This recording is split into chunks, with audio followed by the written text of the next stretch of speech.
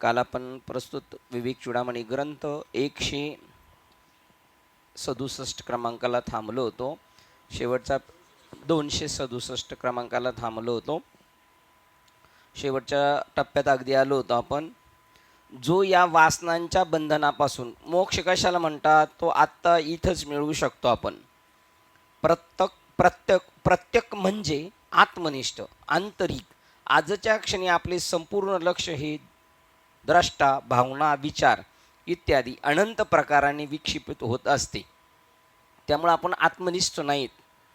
आपले लक्ष आत्ता सध्या आजच्या क्षणी आपले संपूर्ण लक्ष कुठे? द्रष्टा, मी पाहणारा, माझ्या भावना, माझे विचार इत्यादी अनेक प्रकारांनी विक्षेपित होत असते.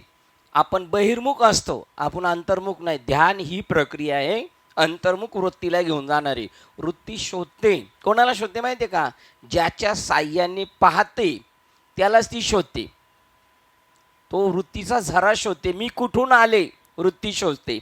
दृष्टी शोधते, मी कोणाच्या साह्याने पाहते आणि मी कोण आहे ती पाहते. पण तिला जेव्हा आपण अंतर्मुख करणार, ध्यानधारणा करणार, तेव्हा दाही ही इंद्रिय अंतर्मुख झाल्यानंतर मग ते आतमध्ये लक्ष घातल्यानंतर आतून त्यांना जो भेटणार प्रतिसाद, ती दृष्टी बाहेर फेकणार. मग ते आता आपण सध्या बहिर्मुख आहोत. म्हणून शरीर, मन, बुद्धी आणि दृश्य, भावना, विचार यांच्या जगतापासून पूर्ण निवृत्ती. मन आणि मन त्या महान सत्यतत्वाकडे वळवणे म्हणजे अंतर्मुक्ती होय. बघा, शरीरापासून, मनापासून, बुद्धीपासून, दृश्य जगतापासून, आपल्या भावना, आपले काय विचार असतील याच्यापासून पूर्णपणे आपली निवृत्ती झाली पाहिजे. मला असं वाटतं हा प्रश्न संपला. आता मला वाटतं नाही, त्याला वाटतं तसं मी करणार. 12व्या अध्यायात काय सांगितलं? माळीये जेवती नाही तेवती जळ निवांतचीच आहे. आपलं निवांत जाणं आहे का काय? आपलं हाय ऑब्जेक्शन आहे ऑब्जेक्शन. कशामुळे? शरीर भावामुळे, दृश्य भावनामुळे, बुद्धीमुळे, मनामुळे. बस, वाळलेलं पान झाडाचं पडलं आणि वारा जिकडे नेऊन तिकडं. आता वारा सोसाट्याने निघाला इकडे आणि तिकडे गेला, अचानक फिरला तर ते परत रिटर्न येत. ते असं म्हणत नाही का रे तिकडे घेऊन चालला होता, आता परत मला इकडे घेऊन चालला. वाळलेलं पान जसं इकडून तिकडून पळतं, ते त्याच्या सत्तेने नाही, त्याला पळवणारं असतं. किंवा पाणी माळ्याला जसं न्यायचं तसं नेत असतो, त्याप्रमाणे राहतो तो. ती अंतर्मुख वृत्ती झाल्यानंतर अशी स्थिती होते. आणि बहिर्मुख असल्यानंतर हम करोसो कायदा असं होऊ शकतं. अंतर्मुक्त होऊन आत्म्याकडे वळवण्याकरता आपण प्रयत्न केला पाहिजे. त्या सगळ्या वृत्ती, सर्वेंद्रियाच्या वृत्ती घेऊन या आपुल्या हाती, बुद्धी मिळे आत्म्या कांती प्रिया जैसी. बघा, सगळ्या वृत्ती आपल्या उठणाऱ्या त्या घ्यायच्यात एक साथ आणि त्याच्यावर लक्ष एकदम एकाग्र करायचे. मग ती अंतर्मुख वृत्ती झाल्यानंतर प्रयत्न केला पाहिजे आणि मनाच्या अहम कर्तृत्व भाव टाकून दिला पाहिजे. साक्षात्कार झालेल्या माणसाचं चाललंय चर्चा इथे. ज्याला आत्मसाक्षात्कार झाला, ज्याने मुमुक्षुत्व निर्माण झालं, त्यांनी गुरुपसंती, गुरु चॉईस केले, गुरूंकडून साधना घेतली, तत्वमसी महावाक्य, ध्यानधारणा करतात. 11 श्लोक झाले. ध्यानधारणा केल्यानंतर मी ब्रह्मरूपे अशी बी अनुभूती आली, पण त्याचं अहम आणि करता आणि भोगता संपत नाही. मी करणारा आणि मी हे उपभोगतो, ही गोष्ट संपली पाहिजे. त्याच्यासाठी ते सांगतात. आणि टीका नाही संपत तर आपल्या 84 लक्ष योनीचा आपला जो गाडा अभ्यास आहे ना मागचा, तो मधून मधून वर डोकं काढतो आणि मग अहम आणि ममत्व त्याच्याकडे येत राहतं. आणि मग त्याच्यामुळे ते मिळालेली वस्तू पुन्हा हरवल्यासारखं होतं त्याला. परंतु त्यावेळेला त्यांनी काय केलं पाहिजे? ते म्हणतात की अंतर्मुक्त वृत्ती केली पाहिजे आणि त्याच्यासाठी त्यांनी आत्म्याकडे वळवण्याचा प्रयत्न केला पाहिजे. वाटणार मी, पण लगेच तिथं त्याचं डोकं ठिचून काढलं पाहिजे. मी लगेच त्याला परत मागच्या मीकडे नेलं पाहिजे आणि मनाच्या अहम कर्तृत्व भाव टाकून दिला पाहिजे. हे करण्याकरता आपणास कोणी सहाय्य करणार नाही. आता संत फक्त दाखवणार. मार्ग दावून गेले, ते रस्ता दाखवतात. रस्ता विचारल्यानंतर तो दाखवतो. क्वचित एखादा असतो म्हणतो, बसतो गाडीत, मी तुम्हाला दाखवतो चला. नाही तर कोण आपल्याबरोबर फिरायला मोकळं नसतं. आपल्याला रस्ता दाखवणार, इकडं जा, लेफ्ट मार, राईट मार, असं आपल्याला कव्हर करायचं असतं. हे करण्याकरता आपणास कोणी सहाय्य करणार नाही. प्रत्येकाने स्वतः झगडले पाहिजे. पण याच्यावर ताण आणला या वचनावर. जगातले सगळे लोक म्हणतात साधू संत कोणाच्या घरी जायला मोकळे नाही. ते म्हणतात पाण्याच्या विहिरीकडं पाणी पिणाऱ्याला जायचं असतं, विहीर कधी पाणी पिणाऱ्याकडं जात नाही. पण आपल्यासाठी हे उलटं झालं. विहीर आपल्याकडे येते आणि पी बाबा पाणी, पी बाबा पाणी असं म्हणते बघा. म्हणजे ही एक अपार करुणा आहे. म्हणून बाबा म्हणतात ब ब ब ब सोन्याहून पिवळे होतं आपण. सोनं सुद्धा फिकं आहे आपल्यापुढे. या जगातल्या सगळ्या गोष्टी आपल्यापुढे फिक्या आहेत. एवढ्या उंच पदावर नेऊन बसवलेलं आपल्याला, पण आपण तिथे स्थिर राहत नाही. आपली वृत्ती कशी आहे, परत डळमळीत होते. प्रत्येकाने स्वतः झगडले पाहिजे. मी करतो, मी भोगतो, यातून मुक्तता हीच आपणास मोक्षाकडे नेईल. मी करतो हे माझ्याकडं नाही पाहिजे, मी भोगतो हे माझ्याकडं नाही पाहिजे, तर मोक्षाकडे जाईल. मोक्ष म्हणजे काहीतरी या जन्मानंतर कुठेतरी अति दूरच्या काळी प्राप्त करून घ्यावायची बाब नव्हे. मोक्ष म्हणजे मेल्यानंतर आपल्याला भेटेल, खूप प्रवास केल्यानंतर. आत्ता या घडीला जीवनमुक्त स्थितीचा अनुभव आपल्याला घ्यायचा आहे. आपण या देहात राहून मी देहात नाही अशी भूमिका बजवायची. कशी बजवू शकतो? शक्य आहे, बजवू शकतो. कधी कधी आपण रस्ता प्रवास करत असतो, 4 तासाचा प्रवास आहे आपल्या गावाचा, पण आपल्या एकदम जवळचा माणूस आपल्याशी भेटला बऱ्याच दिवसातून, त्याच्याशी गप्पा मारता मारता कधी टोकवड्याला आली गाडी, कुठे नाश्त्याच्या टायमाला आली कळाली नाही. 2 तास, बापरे. परत चला चला चला नाश्ता करा, परत गाडीत बसलं, जी परत सुरुवात, तर परत दुसरा आपला उतरण्याचा स्टॉप आला तरी कळत नाही. त्यावेळेला आपण विदेही स्थितीत असतो, त्यावेळेला आपण जीवनमुक्त स्थितीत असतो, आपल्याला भान नसतं. ती स्थिती आपल्याला याच जन्मात आत्ताच अनुभवायची. जन्मानंतर कुठेतरी अतिदूरच्या काळी प्राप्त करून घ्यायची बाब नव्हे. तो अगदी याच जन्मी आणि आत्ताच लगेच याच जगात याच देहात इह आणि अमूत्र असतो. हा मोक्ष मननशील मुनींना मिळत असतो. मननशील मुनी म्हणजे कोण? मननशील मुनी म्हणजे कोण? जो सतत चित्तात ज्याला ध्यास लागलाय त्याचं नाव मुनी आहे. तो आपल्यामध्ये सुद्धा आहे, परंतु त्यालाही माहीत नाही आणि आपल्याला माहीत नाही. कितीतरी गोष्टी अशा असतात आपण काय काय प्राप्त केलेले आहे पारमार्थिक स्थितीत, ते आपल्याला लगेच कळत नाही. पण आपला जो सिनियर आहे त्याला कळतं, कारण तो त्याच्यापेक्षा वेगळा जाऊन बसलेला आहे एका स्टॉपला. त्यामुळे त्याला कळते, अरे रस्ता चांगल्याचपैकी कव्हर केलेला आहे. आपल्याला कळत नसतं, पण त्या मुनिजनांनी तो प्राप्त केलेला आहे. आणि त्यांचं म्हणणं असं आहे की जो या वासनांच्या बंधनापासून मोकळा होतो तोच मुक्त होत असतो. कोणाचं म्हणणं आहे? ज्यांनी स्वतः आत्मसात केलं, जे मुक्त झालेत, ते म्हणतात या जगातल्या सगळ्या वासनांपासून जो मुक्त होतो, त्या बंधनापासून मोकळा होतो, तोच मुक्त होत असतो. म्हणून ज्या आशा मनोविकार मोह लोभ निर्माण करतात, त्या आपल्या परीने पुन्हा त्याच्या सत्यस्वरूपातून हकारून तिला वस्तू जगतात नेतात. अशा वासनांपासून मुक्तता होय. जे आपल्याला तिकडे घेऊन जातात, तिकडं परत आपल्या सत्यस्वरूपापासून हकारून वस्तू जगतात नेतात, त्या वासना मिळालेलं आहे पण तरी त्याला भरकटायला लावतात. अशा वासनांपासून मुक्तता होणं म्हणजे मुक्त. एकाला आपण इथपर्यंत आलो होतो ना, आपण एकाच स्पॉटला येऊन बसलो होतो. एवढ्या जबरदस्त आहेत. आशा संपत नाही माणसाची, मेला तरी संपत नाही. मनोविकार, मनातले जे कामना आहेत ते सारखे चालूच राहतात. मोह, मरेपर्यंत मोह सुटत नाही. लोभ, परंतु या सगळ्याला कारण आहे संत चरण रज लागता सहज वासनेचे बीज जळवणी जाय. ज्या वेळेला देवाच्या मनात येईल याला सोडवायचं, तेव्हाच आपण सुटू शकतो. एरवी आपण कितीही प्रयत्न केले तर सुटू शकत नाही. काल आपण इथपर्यंत आलो होतो. आता पुढील श्लोकाकडे पाहूया. 268 नंबरचा श्लोक सांगतो.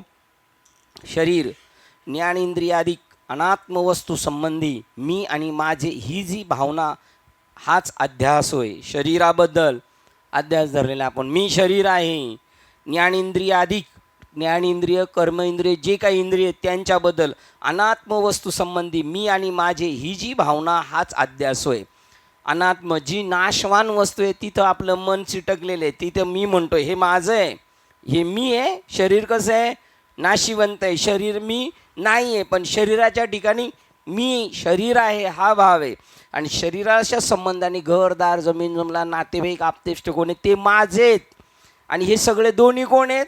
शरीरसुद्धा अनात्म आणि जेवढं जगामध्ये दिसतंय दृष्टीने ते सगळं कसं आहे?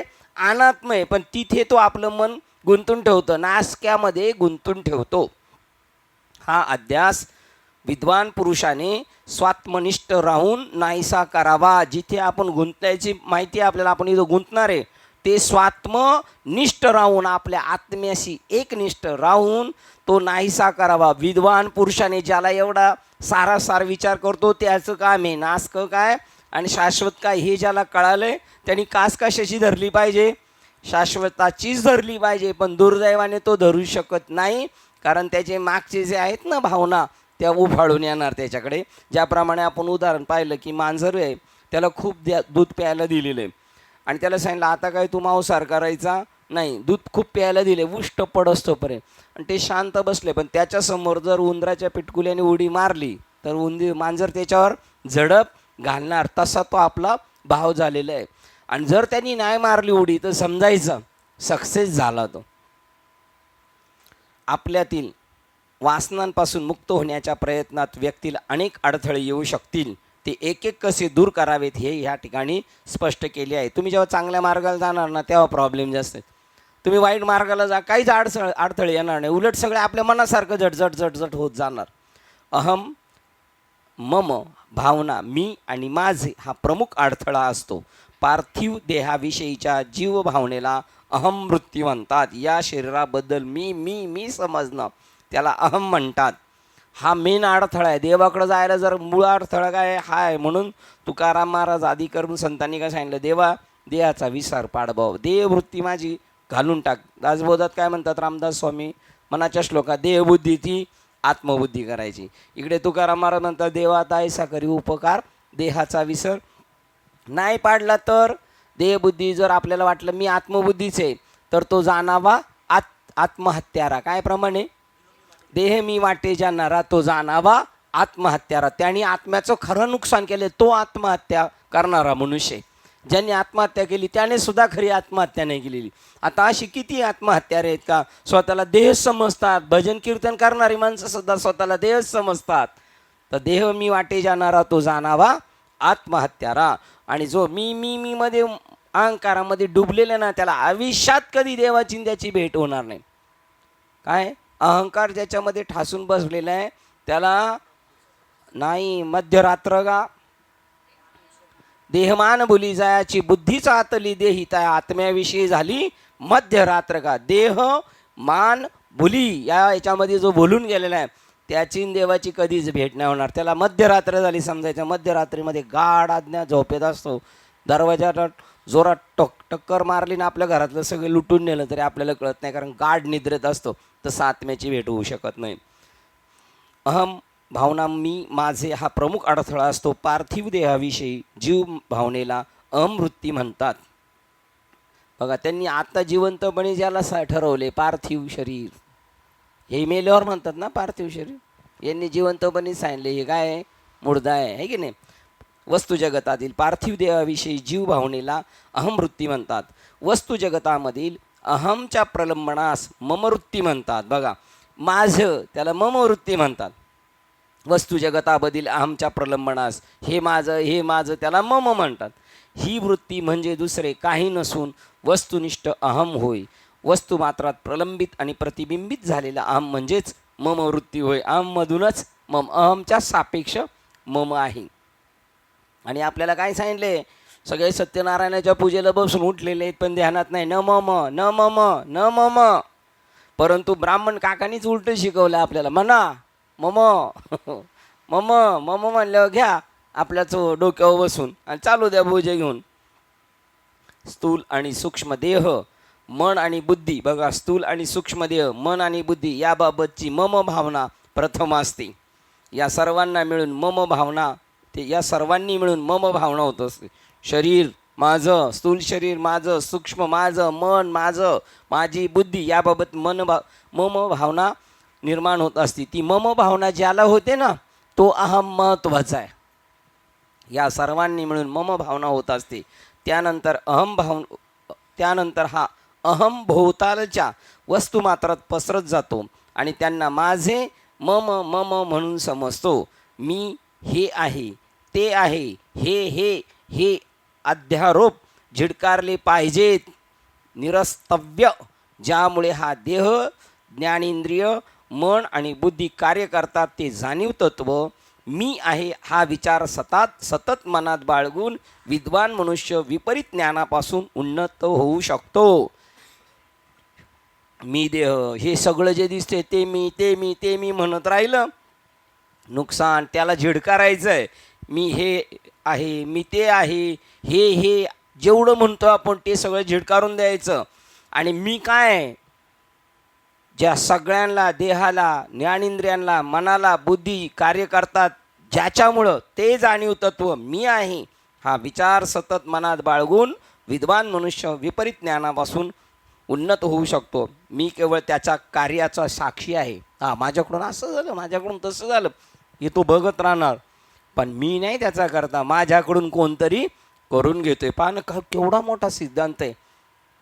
आपुल्या बळे नाही मी बोलत, एवढा गाथा बनवलाय. आणि रामेश्वर भट्ट विचारतात, हे कोणाला विचारून केलं? अहो विचारायला मी कुठं ताळ्यावर राहिलोय, माझी मज झाली अनावर वाचा, छंद या नामाचा घेतला असे, मी करताच नाहीये.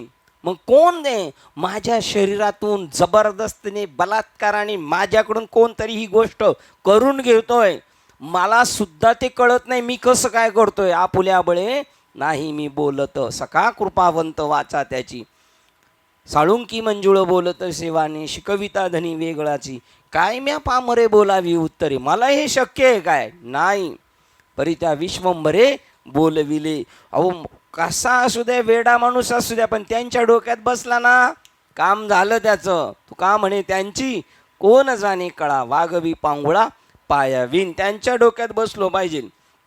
म्हणून हे सगळं झटकायचं आहे. मी जाणीव तत्व आहे, मी तो परमात्मा आहे. आणि जरी माझ्याकडून काय होत असेल तर मी केवळ त्याच्या कार्याचा साक्षी आहे. मी ब्रह्म आहे या दृढ भावनेने विद्वान माणसाने मी म्हणजे मन आणि बुद्धी आहे या अध्यासातून बाहेर आले पाहिजे.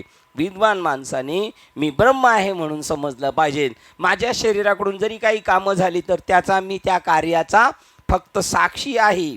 त्याच्यानंतर त्याने अजून काय समजलं पाहिजे, मी ब्रह्म आहे आणि मी म्हणजे मन आणि बुद्धी आहे या अध्यासातून त्याने स्वतःला सोडवून घेतलं पाहिजे. मी मन नाही, मी बुद्धी नाही असं हे ठरवलेलं आहे त्याने. कोणीतरी त्याच्यावर ते लादलेलं आहे, त्याला झिडकारलं पाहिजे त्याने. श्लोक क्रमांक 269 वाचतोय. बुद्धी आणि तिच्या वृत्ती यांना जाणणारा जो साक्षी तोच स्वतः मी प्रत्येक आत्मा आहे अशी सद्वृत्ती मनात ठेवून, बघा, बुद्धी आणि तिच्या वृत्ती यांना जाणणारा. माझ्या बुद्धीत आज माझ्या डोक्यात हा प्लॅन आलेला आहे. हा प्लॅन कोणी डोक्यात आणला माझ्या? तो मी आहे. बुद्धी आणि त्या बुद्धीला जाणणारा, त्याच्या वृत्ती, त्या बुद्धीतून ज्या वृत्ती बाहेर पडतात त्यांना जाणतो तो मी आहे. माझ्या मनात आज असं का आलंय, हे का माझ्या डोक्यात हा प्लॅन आलाय? तो कोणी प्लॅन आणलाय?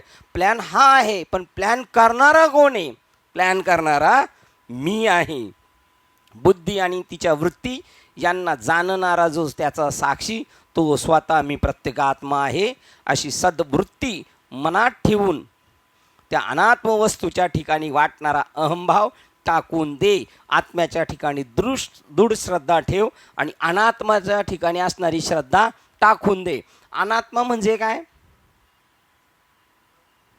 नाही. अनात्मा म्हणजे काय चंदू बाबा? हा, जे काय अनात्म म्हणजे देव सोडून, आत्मा सोडून बाकी एरती माईक दुःखाची. एक आत्माच आहे ना, तो शाश्वत आहे, त्याचा कोणत्याही प्रकारे नाश होत नाही. आणि जेवढ्या नाशिवंत गोष्टी आहेत, जेवढ्या दृश्यगोचर गोष्टी आहेत त्या अनात्मा आहेत आणि त्याचा जाणता मी आत्मा आहे. मग मी आत्मा आहे असं समजलं पाहिजे. मी शरीर आहे समजलं, अनात्मा आहे. आणि मी आत्मा आहे असं समजलं, मग बरोबर आहे. मग विद्वान पुरुष त्याचा निवाडा करतो, सार आसाराचा निवाडा करतो आणि सारावर त्याची बुद्धी कायम ठेवतो. या ठिकाणी ज्ञान म्हणजे पुस्तकी ज्ञान, श्रुती ग्रंथाचे केवळ बौद्धिक आकलन. हे बौद्धिक ग्रंथिक ज्ञान मिळवल्यानंतर ज्ञात्वा, ज्याने ते ज्ञान मिळवले तो आपल्यातील आत्मतत्वास बुद्धीचा आणि त्याच्या विचाराचा साक्षी म्हणून समजले पाहिजे. बघा, ग्रंथ वाचले, ऐकले आणि आता त्याला कळालंय काय, हे माझ्यामध्ये जे स्फूर्त आहे ना ते मी आहे असं त्याच्यावर तो आरूढ राहिला पाहिजे. आपल्यातील आत्मतत्वास बुद्धीचा आणि त्याचा विचाराचा साक्षी म्हणून समजले पाहिजे.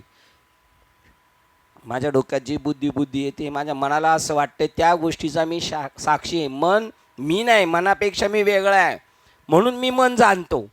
बुद्धीपेक्षा मी वेगळा आहे म्हणून मी बुद्धीला जाणतो. या दोघांचा मी साक्षी आहे आणि मी मात्र परमात्म स्वरूप आहे. त्याचे स्वरूप समजून घेऊन त्याचे आकलन करून त्या व्यक्तीने त्याकडे सरकले पाहिजे. हळूहळू त्याची देहबुद्धी कमी झाली पाहिजे आणि आत्मबुद्धी वाढत गेली पाहिजे. होणार तसं हळूहळू होणार. तैसे भोगातून रिगता चित्त मज माझी रिगता हळूहळू पंडूसुता मीच होईजे. हळूहळू हळू तिकडे त्यांनी सरकले पाहिजे. मी ते आत्मतत्व आहे. हंस मी केवळ तेच आहे. बघा हंस. आता हे हंस कोणाला कळणार आहे? बघा तिकडे सरकले पाहिजे. कसे सरकेल? मी ते आत्मतत्व आहे हंस मी केवळ तेच आहे अशी दृढ भावना करणे म्हणजे आत्मतत्वाकडे पाऊल टाकणे होय. तिकडं सरकणे. कशाने सरकणारे? हंस. हंस काय? हंसबद्दल आपल्या डायरीमध्ये सांगितलेलं हा सोहम शब्द उच्चारो साधो. सोहम शब्द उच्चारो रे. बघा सतत सोहम सोहम सोहम. काय सोहम? हंस म्हणजे सोहम. हंसरूपी ब्रह्म उपदेशे श्रीहरी चतुर्श्लोकी चारी भागवत. काय याचं काय जाणत्यांना विचारायचं ना. हंसरूपी ब्रह्म. हंस म्हणजे माणूस. चित्रसुद्धा दाखवतात आणि हंसाचंच दाखवतात. हंस म्हणजे माणूस आहे काय? सारासार विचार निवडण्याची पद्धत ज्याच्याकडे ज्याच्या चोचीमध्येच ती टॅक्ट आहे, ज्याच्याकडे ती पहिलीच बुद्धी प्रज्ञाबुद्धी आहे, तोच प्रत्यक्ष चैतन्य आहे, तो सोहम म्हणजे. आणि त्याने ती गोष्ट पुढे पाठवलेली आहे. सोहम शब्द उच्चारो साधो. सोहम शब्द उच्चारो रे. माला करसे फिरत नाही. हो रोज 21 माळा 100 माळा झाल्या पाहिजेत. माळा झाल्या पाहिजे पण माळा फिरवणारा कोण आहे? माळ आपल्या बोटाने हाताने फिरत नाही. तिला फिरवणारा जो आहे ना त्याची ओळख करून घेतली पाहिजे. माला करसे फिरत नाही. जीवनवर्ण उच्चारे रे. तो शब्द स्वयंभू आहे. त्याच्यासाठी जीभसुद्धा हलवायची गरज नाही आहे. तो ॲटोमॅटिक चालू आहे. अजपा जप होत घटामाही ताकी ओर निहारो रे. अजपा जप न करता जो होतो जप त्याचं नाव अजपा जप आहे. तो आपल्या कुडीमध्ये आपल्या शरीरामध्ये 21,600 वेळा प्रत्येकाच्या शरीरात त्याचा जप चालू आहे. तुम्ही झोपलेले असू द्या, कामधंदा करत असू द्या, भांडण तंटा करून करत असाल, काय युद्ध करत असले तरी तो जप चालू आहे आपला. तो त्याचं प्रतीक आपल्या सप्ताहामध्ये तो अखंड विना ठेवलेला 1-1 तासाच्या पाळीचा. तो अजपा जप होत घटामाही ताकीवर निहारो रे. त्याच्याकडे लक्ष द्या. त्या श्वासाकडे लक्ष द्या. तो श्वास काय म्हणतो त्याच्याकडे लक्ष द्या. भागवतमध्ये ओळ आहे मला वाटतं, दौडोनिया श्वासोश्वास आणि व्यर्थ करती उपवास. तो श्वास काय म्हणतोय आपला त्याचं ओळख नाही आपल्याला. त्याच्याकडे लक्ष द्या. ताकीवर निहारो रे. हम अक्षर से श्वास उठाओ. हम अक्षर से श्वास उठाओ. सो से जाय बिठारे रे. बघा हम या शब्दाने श्वास घ्यायचा आहे. हम आणि परत सो से जाय बिठारे रे. हंस से उल्टा होत है सोहम योगी जन निर्धारो रे. हंस हंस हंस हंस हंस हंस सोम सोम सोम असं होतं त्याचं उलटं. दासबोधामध्ये अजपा अजप प्रकरण आहे, त्याच्यामध्ये स्पष्ट सांगितलं सो अक्षराने श्वास घ्यायचा आणि हम अक्षराने सोडायचा. सोहम सोहम असा 21,600 वेळा प्रत्येकाच्या शरीरात चाललंय. त्याला म्हणतात ते सगळेजण भजन करतात. रेडासुद्धा पैठणमध्ये तोच श्वास त्याचा चालू आहे. झाडं झुडपांचं चालू आहे. कोण भजन करत नाही? पण इतर योनीच्या ठाई हा विचारच नाही. सब 21,000 मिला के 600 होत सुमोरो रे. म्हणजे हे जे म्हणतात ना राम राम राम राम राम मरा मरा मरा म्हणताना राम मरा मरा नाही सांगायचा. हंस हंस हंस हंस सोम सोम सोम सोम सोम सोम सोम सोम सोम सोम हंस हंस हंस हंस असं होतं त्याचा उच्चार सारखा. जर तुम्ही त्याला गती दिली तर तो 21,000 सब 21,000 मिलाकर 600 होत सुमोरो रे. अष्ट प्रहर में जागत सोत मन में जप सुखारो रे. 8 प्रहर आहे, 3-3 तासाचे ना. त्या प्रत्येक प्रहरामध्ये तुमचं ते सारखं चालू आहे. त्याच्यावर तुम्ही अनुष्ठानावर अधिष्ठानावर कायम राहा. ध्यान ठेवा त्याच्यावर. असं करताना जो जन चिंतन करे निरंतर छोडे जगत व्यवहार रे. ब्रह्मानंद परमपद पावे मिटे जन्म संसार रे. जो याच्यामध्ये 24 तास राहणार तो याच्यातून सहज सुटणार. आणि हे तर रिक्त हस्ताने संत वाटणार आहेत. काय अजून एक, ओम सोम की लुटे, लुटना है तो लूट ले, है की नाही. पक्का फल जो गिर पड़ा फिर से नहीं लगेगा. सुरुवात काय, मनुष्य जन्म अनमोल है फिर से नहीं मिलेगा. पक्का फल जो गिर पड़ा फिर से नहीं लगेगा. ओम सोहम की लूट है, लूटना है तो लूट ले. अरे जीवन का अंत आ गया है, प्राण जाएगा चुटके. मग आता हे लुटायचं ना, हे लुटा लुटा संतजन. हे नाटक आहे आपलं, हे आपलं नाटक आहे फक्त आजच्या दिवसापुरतं. याला काही किंमत नाही. आपले गुलाबबाबा जाधव म्हणले, भेटले तिळगुळ घ्या तिळगुळ घ्या तिळगुळ घ्या, आणि कट्टर भांडण करणारे ते भेटले, त्यांनाही दिलं तिळगुळ. आणि मग गेल्यानंतर काय हो तुमचं त्यांचं लय भांडण, आणि तुम्ही त्यांना खुशाल तिळगुळ द्या गोड बोलले. ते काही खरं आहे का? तेवढ्या पुरतं बघा. हे नाटक नाही. लुटायचं तर काय लुटायचं, संतांना लुटायचं. लुटता आलं तर कोणाला लुटायचं आपल्याला? हे लुटणं चालू आहे आपण आद्यगुरु शंकराचार्यांना, ठीक नाही. यांना मी म्हटलं एक दिवशी होतं, ते म्हणले ते तसं म्हणत नका जाऊ, नाही त्या गुरूंच्या घरच्यांना राग येईल. काय हो निया चोर गुरुचे फोडावे घर, गुरुचे फोडावे घर. हो निया चोर गुरुचे फोडावे घर, गुरुचे फोडावे घर. विवेक पहार घेऊन हाती गुरुच्या घराला लावू खंती. मुक्ती हा व्यवहार गुरुचे फोडावे घर, गुरुचे फोडावे घर. तुकाराम महाराज याच युक्तीला धरून म्हणतात, तारू लागले बंदरी. अरे तुमच्या गावाच्या कडेला जी बंदर आहे ना, तिथं बोट लागलेली आहे, तस्करी लागलेली. आणि त्या चांदीच्या विटा सोनाच्या विटा आहेत त्याच्यात. आणि मालक कोण आहे, पोलीसची रेड पाडणार हे कळाल्याबरोबर सगळा माल टाकून पळून गेले. आता गावच्यांनी हात धुवून घ्या. तारू लागले बंदरी चंद्रभागेची आतिरी. लुटा लुटा संतजन अमुप हे राशी धन. हे न लुटणं संपणार धन आहे. हा न सरे लुटिता मागे बहुता जनी जुनाट ही खाणी उघडली. तारू लागले बंदरी चंद्रभागेची आतिरी. लुटा लुटा संतजन अमुप हे राशी धन. झाला हरिणामाचा तारा सीड लागले फरारा. तुकयाजवळी हा माल भार वाहे विठ्ठल. आमच्याकडं तुकाराम महाराज म्हणतात आमच्याकडं माल आहे, आणि तो बोजाचा भार सगळं देवाने स्वतःवर घेतलेलं आहे. ते लुटायचं आहे आपल्याला, त्यांच्याकडून ती काढून घ्यायचं आहे. पलटी झालं पान. हां तिथे त्याने ते लुटायचं आहे. आणि मग त्या हंसाकडून तो तिकडे गेला पाहिजे. आपण कुठून गेलो होतो? जर मी ते आत्मतत्व आहे हंसा, मी केवळ तेच आहे अशी दृढ भावना करणे म्हणजे आत्मतत्वाकडे पाऊल टाकणे होय. आता ज्यांना ही विद्या सुद्धा माहीत नाही त्यांनी पाऊल टाकलं का? मग त्यांचं पाऊल पडलं. तिकडे पाऊल तिकडं सरका म्हटले. तिकडं सरका म्हणजे इथं आलेलं आहे, याच्यामध्ये तिकडं सरका. तिकडं सरकायचं कशाने? मी ते आत्मतत्व आहे हंस, मी केवळ ते ब्रह्म आहे अशी दृढ भावना करणे म्हणजे आत्मतत्वाकडे पाऊल टाकणे.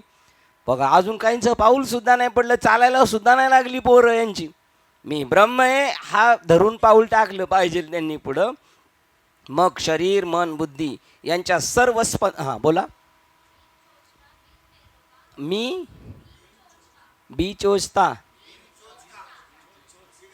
हाँ बीजे चोचता, हाँ बिन चोचता, बिन पैरों का दो पाखन का हंसा रे.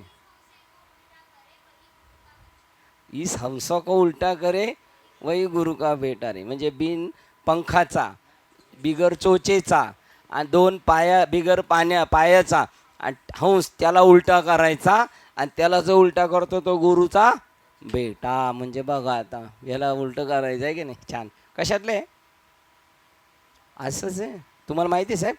नाही पाठव, काकांना पण पाठव आणि मला पण पाठव. हां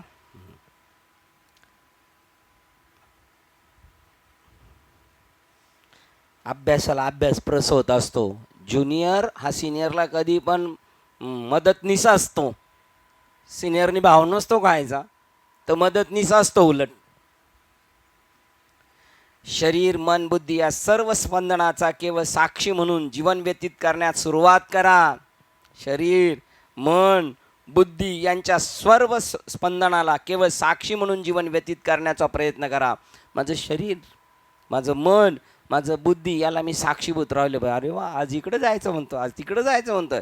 ह्या अध्यासाने मी आत्मतत्व आहे ही कल्पना आपल्या आकलनात पक्की मूळ धरते. जर आपण असं गेलो तर या अभ्यासाने जर आपण सतत राहिलो, रोज ज्याला काही नाही ना त्यांनी कमीत कमी अर्धा तास चिंतन आणि अर्धा तास वाचन केलं तरच कळणार. 23 तासातला 1 तास तरी देता आला पाहिजे.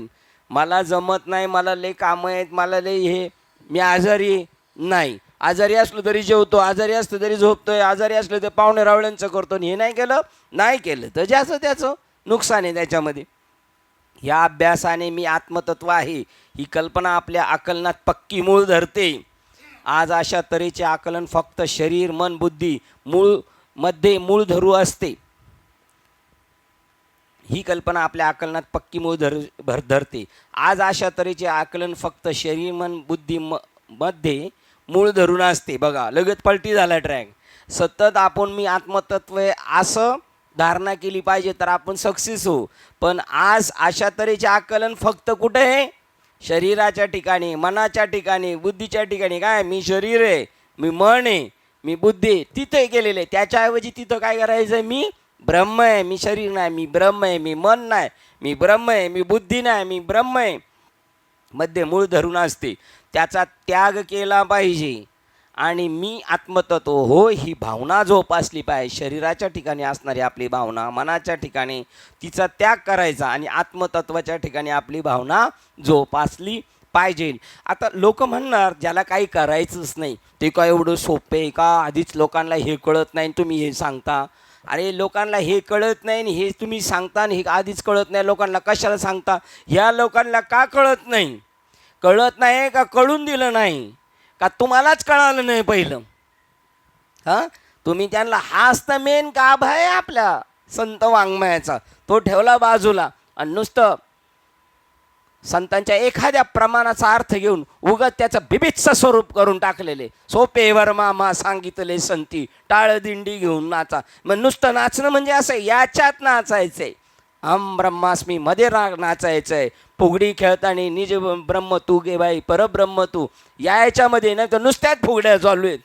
त्या फुगडीमध्ये हे कळायला पाहिजे आम्ही आणि तुम्ही दोघे पण ब्रह्म आहोत, फुगडी खेळणारे दोघे. मग ही भावना जोपासली पाहिजे. मी आणि माझे ही वृत्ती हाच जीवाभावाचा मुख्य प्रतिबंध असून मी आत्मतत्व म्हणजे या कल्पनेच्या सतत अभ्यासाने कसा दूर करावा हे आपणास याआधी सांगितले आहे. बघा, सगळ्यात आपल्याला मोठा मूळ प्रतिबंध काय? मी जीव आहे, मी माझं आहे, हे मी आणि हे माझं हा जीवभावाचा मेन प्रतिबंध आहे त्या ब्रह्मस्वरूपाकडे जाताना. पण तिथं काय करायचं? आत्मतत्व म्हणजे या कल्पनेने सतत अभ्यासाने. मात्र मग आपण काय अभ्यास करायचा? मी आत्मतत्व म्हणजे या कल्पनेचा सतत अभ्यासाने कसा दूर करावा हे आपणास मागे सांगितले. स्व आत्मनिष्ठा, स्वतःच्या आत्म्यावर आपली निष्ठा कायम राहिली पाहिजे हे आपण मागे तुम्हाला आपल्याला सांगितलेले आहे त्यांनी. उपकरणाच्या संघातील द्रष्टा भावक विचाराच्या अहम केंद्रित कल्पनेचा त्याग बुद्धी आणि तिचे विकार यांचा जो साक्षी अशा जाणीव तत्वाच्या अनुभूतीने करावयाचा असतो. उपकरणाच्या संघातातील हे उपकरण याच्यामध्ये 36 तत्व सूक्ष्म रूपाने आहेत. त्याचा द्रष्टा भावक विचाराच्या अहम केंद्रित कल्पनेचा मी द्रष्टा आहे, मी भावना करणार आहे, मी विचार करतो या कल्पनेचा त्याग बुद्धी आणि तिचे विकार, बुद्धी आणि तिने जे सुचवलेले प्लॅन आहे ते तिचे विकार याचा जो साक्षी या सगळ्यांना पाहणारा जो अशा जाणीव तत्वाच्या अनुभूतीने करावायचा असतो. हे सगळं चाललंय पण हे ज्याच्या आधाराने चाललंय तो मी आहे. हे सगळं वरवरचं आहे. अंतकरणातील विचार मालिकेचे ज्ञान करून घेणारा कर्ता म्हणजेच जाणीव तत्व होय. बघा, अंतकरणातील विचार मालिकेचे ज्ञान करून घेणारा कर्ता. सतत अंतकरणात तुमच्या विचाराचे सारख्या परंपरा उठतात. ते बघा, एक म्हणतात तो ती वृत्ती जो पाहतो ना, एक तासा माझी कोटी वेळा होती सृष्टी, होती जाती पाहे तोची एक, सारखं ते आपल्यामध्ये एक उचलतंय, सारखं एक एक वृत्ती उठते मावते, आणि ती मावते आणि उठते. कोणाच्या साह्याने मावते? तो मी आहे. तिथं आपली बुद्धी राहिली पाहिजे. अंतःकरणातील विचार मालिकेचे ज्ञान करून घेणारा करता म्हणजेच जाणीव तत्व होय. जाणीव तत्वाचे आकलन झाल्यावर व्यक्तीने त्याच्याकडे आणखी सरकले पाहिजे. थोडं थोडं आपल्याला कळायला लागलं ना, आपण हळूहळू तिकडं सरकत राहिलं पाहिजे, त्या ब्रह्मस्वरूपाकडं सरकत राहिलं पाहिजे. इकडं नाही आलं पाहिजे आपण. हे तर इकडं बोलवायलाच तयार येतं आपल्याला, मम मी आणि माझे, पण आपण तिकडं सरकत राहिलं पाहिजे. जाणीव तत्वाचे आकलन झाल्यावर झालं ना, आपल्याला आता कळालंय ना, मग आता कळाले तर आपण त्याच दिशेने वाटचाल करायला पाहिजे. जाणीव तत्वाचे आकलन झाल्यावर व्यक्तीने त्याच्याकडे आणखीन सरकले पाहिजे. तेव्हा ती त्याच्याशी तादात्म्य पावेल. जेव्हा जसजसं आपण तिकडं जाऊ तसतसं आपण त्याच्याशी समरस होत जाऊ, तेव्हाच ते सरकणे शक्य होते. ते सरकणे शक्य तेव्हाच आहे. थोडं भटाला दिली वस्त्रीनं हळूहळू, तसं आपण थोडं तिकडं तसं होता एका दिवसात कोणतीही गोष्ट होत नाही. या सत्य स्वरूपाशी तादात्म्य पावण्याकरता व्यक्तीला शरीर मन बुद्धीच्या संबंधापासून विभक्त झाले पाहिजे. कसं झालं पाहिजे? तिथं आपण सध्या कसे आहेत? भक्त आहेत. बुद्धीला मनाला शरीराला धरून आहे, त्याच्यापासून विभक्त, त्याच्यापासून बाजूला झाली पाहिजे.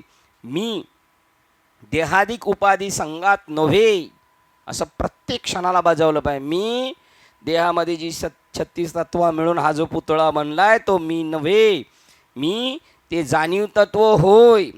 मी देहादिक उपाधीच्या संघात नव्हे, मी देहादी उपाधी संघात नव्हे, मी ते जाणीव तत्व होय. इंद्रियादिक उपाधीचा आणि त्यांच्या कार्याचा साक्षी होय. मी फक्त पाहतोय पण माझा काही संबंध नाही. ही बाह्यकार वृत्ती जिवंत ठेवली पाहिजे. बघा, आणि ह्या वृत्तीवर जर राहिलो ना आपण फक्त साक्षी आहे, चालू द्या, मनाचं चाललंय, बुद्धीचं चाललंय, विचाराचं चाललंय, मी फक्त बघणार आहे. कसा बघणार आहे? कठोपनिषदात दृष्टांत आला होता. दिवा आहे, BMCचा दिवा जळतोय, त्याच्या खालून वरात गेली, त्याच्या खालून एक प्रेत गेलं, आणि अजून एक गोष्ट गेली त्याच्या खालून. वरात गेली, प्रेत गेलं, आणि नाही, अजून एक गोष्ट गेली. अशा 3 गोष्टी गेल्या. प्रियकर आणि प्रेयसी गेली, त्याच्यानंतर वरात गेली, आणि त्याच्यानंतर मयत गेलं. आणि त्या याला जाऊन नंतर विचारलं, इथून काय काय गेलं? दिव्याला विचारलं. दिवा म्हणला, आपल्याला काय घेणं देणं नाही, कोणीही गेलं तरी आमचं काय त्याच्याशी घेणं देणं. तशा ज्या वृत्तीच्या येतात त्याच्याकडे फक्त बघत राहायचं, आणि आपण होऊ द्या जाऊ द्या, त्याच्याशी आपला काही संबंध. दिव्याचा त्याच्याशी काहीच संबंध नाही. दिवा फक्त साक्षीभूत पाहतो, पण तो त्याची परत हे पण देत नाही, साक्ष पण नाही देत, हो हे गेलेत ते गेलेत, नाही. इंद्रियादिक उपाधीचा आणि त्याच्या कार्याचा साक्षी होय. ही बाह्यकार वृत्ती जिवंत ठेवली पाहिजे. ही सुद्धा एक वृत्तीच आहे. ती विचारातून निर्माण होणारी समजूत हे सुद्धा मर्यादित स्वरूपाची वृत्ती ज्ञानच आहे. आपल्याला जे बाबांनी दिले ना, त्याच्यावर आपण हुरळून नाही जायचं. ते आपल्याला वृत्तीरूप ज्ञान दिलेलं आहे. स्वयंज्ञान वेगळं आहे. त्या स्वयंज्ञानाशी संबंध जोडण्यासाठी ते दिलेले. हे इदा आदा हाकीम जान कत्रे मी इकडूनच पळून गेला, मला कळालं. तुला यथार्थ आकलन होण्यासाठी एक वृत्ती दिलेली आहे. त्या वृत्तीने तिथपर्यंत जायचंय, नाही तर जाणार. आपण ऐकलेले दृष्टांत, पांढरी घार काळी घार, एकदम सोपा. रानात जात असताना पायात काटा भरला, मग सुई बरोबरच असती का नाही? सुई दोरावा नसतो. मग तिथल्याच झाडाचा दुसरा काटा तोडून त्या काट्याने तो काटा काढायचा, आणि हा काटा बी फेकून द्यायचा, आणि तो बी फेकून द्यायचा. जर ज्या काट्याने आपला काटा काढला तो काटा चांगला आहे की नाही? तो जर ठेवलाच इथं खिशात तर बरगडीत घुसेल की नाही? म्हणून तोही फेकून द्यायचा आणि तोही टाकून द्यायचा. तशी एक वृत्ती दिलेली आहे आपल्याला. मी ते जाणीव तत्व आहे. आणि ते जाणीव तत्व तिथे गेल्यानंतर दिपून जातं, शांत होऊन जातं. आठवू नाही. गेला भाव आणि अभाव झाला स्वयंमेव पांडुरंग. ही सुद्धा एक वृत्तीच आहे. विचारातून निर्माण होणारी समजूत हे सुद्धा मर्यादित स्वरूपाचे वृत्ती ज्ञानच आहे. हे अमर्यादित आहे का? हे सुद्धा मर्यादित आहे. म्हणून ते सोम तेही अस्तावले. सोहमभाव आटुकू किंवा सोहमबुद्धीचा भावनेचा कलंक लागेल तुझे मना. सांगा. हो, सोमभाव आटकू पण आहे. 21 जया सोमभाव आटकू मोक्ष सुखा लागे रंकू. हा, तया दिठीवेचा कलंकू लागेल तुझे प्रेमा. असं माझं तुझं प्रेम आहे, पण त्याच्यामध्ये ज्यांना मोक्ष पाहिजे यांचा सुद्धा दृष्टीचा कलंक तुला लागून नको देऊ. आणि तू सोममध्ये अडकू नकोस. हा सुद्धा अटक भाव आहे. आता हे ध्यानात ठेवलं काहीचे म्हणलं असं आहे का, मग आपल्याला नकोच ते. अरे पहिलं जेव पोटभर. या जेवायला म्हणलं जेवायचं आणि मग पोट भरल्यावर म्हणायचं नको का जेवायच्या अगोदरच नको. असं गोळे काय कधी स्वीकारायचं आणि काय कधी टाकायचं हे सुद्धा कळायला ना आपली मागील जन्माची पुण्य संपत्तीचं गाठोडं पाहिजे. आपल्याला अक्कल नसलं तरी तिथं नेऊन बसवेल ते. असं आहे. ती वृत्तीच ते मर्यादित स्वरूपाचे वृत्ती ज्ञान आहे. परंतु बुद्धीमधील या सत्वृत्तीने असत्वृत्ती दूर केली जाते, नाहीशी होते. मी देह आहे हे काढण्यासाठी मी ब्रह्म आहे. मी देह आहे हे घालून देण्यासाठी मी ब्रह्म आहे. मी ब्रह्म आहे. मी ब्रह्म आहे. मग ती वृत्ती जाईल. मग ही राहिली ना. हिला कशासाठी मदत घेतलं होतं? बस गणित सोडवायला हातचा घेतला होता, गणित सुटलं, हातचा परत त्याला देऊन टाकायचं का. ही वृत्तीसुद्धा आपोआप त्याच्या मागे निघून जाईल. इथं तुमचं शत्रू नसल्यानंतर तलवार घेऊन फिरायची गरज नाही. इथे तो दृष्टांत आहे. मग प्रपंच आज्ञाने झाला लाटा.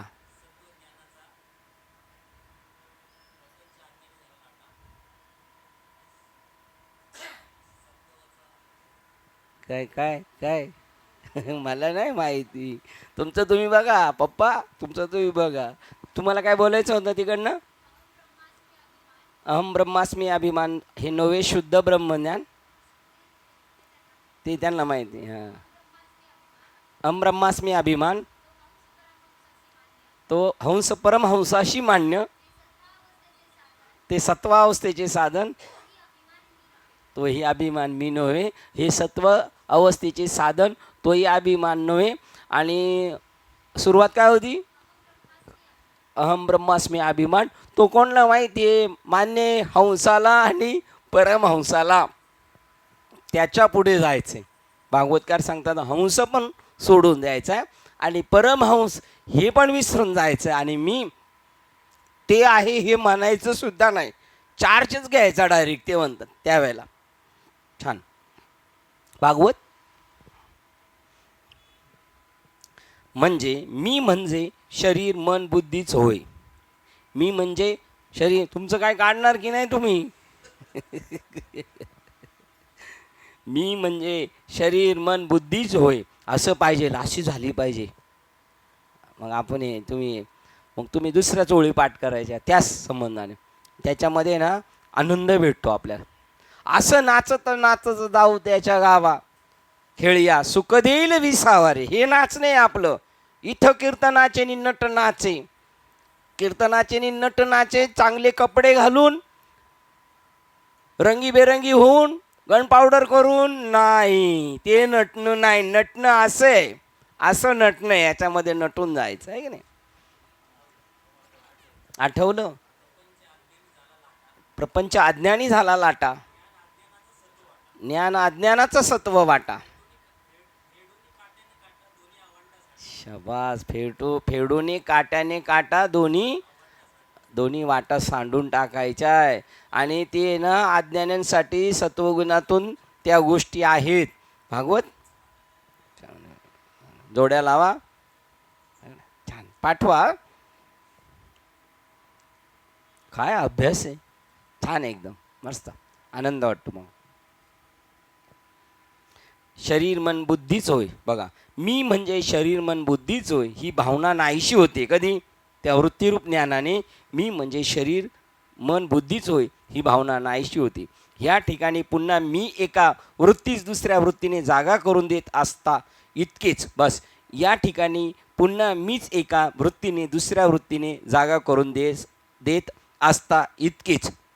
परंतु सीमित वृत्ती ज्ञान अनात्मवस्तू ही आत्मवस्तू आहे हा मिथ्या कल्पनेस दूर करते. आणि आत्मानी आत्ममती, बघा ही वृत्ती काय करते, अनात्मवृत्तीला ढकलून देण्यासाठी मी आत्मस्वरूप आहे, मी आत्मस्वरूप आहे, मी आत्मस्वरूप आहे आणि मी अनात्म नाही. मग जे अनात्म आहे त्याला ही वृत्ती काय करून देते, ढकलून बाजूला देते. असं त्या वृत्तीचं काम आहे, त्या साधनाचं हे काम आहे. श्लोक क्रमांक 270. तुझे लोकव्यवहार बाजूला सारून देहाचे लालन पालन करण्याच्या सर्व कल्पनाचा अव्यय करून श्रुती ग्रंथाचा उगाच करावयाचा अभ्यास गुंडाळून ठेवून स्वतःमधील आत्मतत्वावर कुरघोडी करणाऱ्या अध्यासांना हद्दपार कर. जे करायचं ते राहिलं, स्वतःमधील आत्मतत्वावर कुरघोडी करणाऱ्या अध्यासाला आपला घात करतोय त्याला नाश कर. पण त्याच्यामध्ये हे इकडंच रंगलेले लोकव्यवहार बाजूला सारून ठेव. ते संपलं तरी चालेल पण याच्यावर आपला निर्णय लागला पाहिजे, कारण पुन्हा चान्स 101% पुन्हा चान्स नाही. लोकावर्तन लोक जसं वागतात तसं नाही वागायचं. त्यांना काही हिसाबच नाही, सगळे कसे वागतात बघ. ते आळंदीमधले विद्यार्थी ते म्हणतात, आमचे आईवडील गेले का म्हणतात, बघ तो पोरगा इंजिनियर झाला, तो डॉक्टर झाला आणि तू नुसता टाळ वाजवत बसलाय. ते वागतात तसं नाही वागायचं. डॉक्टर बाबांचं एक वाक्य, माझं पोरग नांगराला असताना बैल घेऊन नांगरीत थकून रात्रीचं त्या ढेकळाच्या त्या याच्यामध्ये सरीमध्ये पडून राहिला आणि त्याला गाढ झोप लागली तरी सक्सेस आहे. पण त्यांनी परमार्थ केला पाहिजे आणि भक्ती केली पाहिजे. अहो भीक मागा पण भक्ती करा असं संतांचं म्हणणे. मागोनिया माधू करी नित्य वाचावी ज्ञानेश्वरी. त्याच्यासाठी जीव का प्राण खर्च केला पाहिजे. दुर्मिळ मनुष्य जन्म मिळालेला आहे, पण लोक असं वागतात म्हणून आपण त्यांच्या मागं लागायचं का? त्यांना अकलीचा पत्ताच नाही, त्यांच्या मागं पळत सुटायचं. इथे आपल्या बाळासाहेब चव्हाणांनी एकदा गणपती ठेवला होता, एकदा 20 वर्षापूर्वी, आणि बाहेर असे त्यांनी ते स्क्रीनवर ठेवलं होतं. एक पळतोय, दुसरा पळतोय, अशी जो हजाराची रांगे पुढे. हा म्हणतो का पळतोय, तो म्हणतो तो पळतो म्हणून तो पळतो. पुढचा म्हणलं काय नाही, असंच माझ्या मनात शहर आली म्हणून. जसं एका नकट्याने सगळं गाव नष्ट करून टाकलं तसं आहे. ज्याला स्वतःचाच तपास नाही त्यांचे काय आपण व्यवहार राबवत राहायचे. लोकव्यवहार बाजूला सारून देहाचे लालन पालन करण्याच्या सर्व कल्पनाचा अव्यय करून देहाची काळजी करतो. मरायच्या अगोदर इन्शुरन्स काढून ठेवतो, आजारी पडायच्या अगोदर मेडिक्लेम काढून ठेवतो. इथं तू जाणार आहे, तुझ्या आत्म्याचा तू विचार केला आहेस का?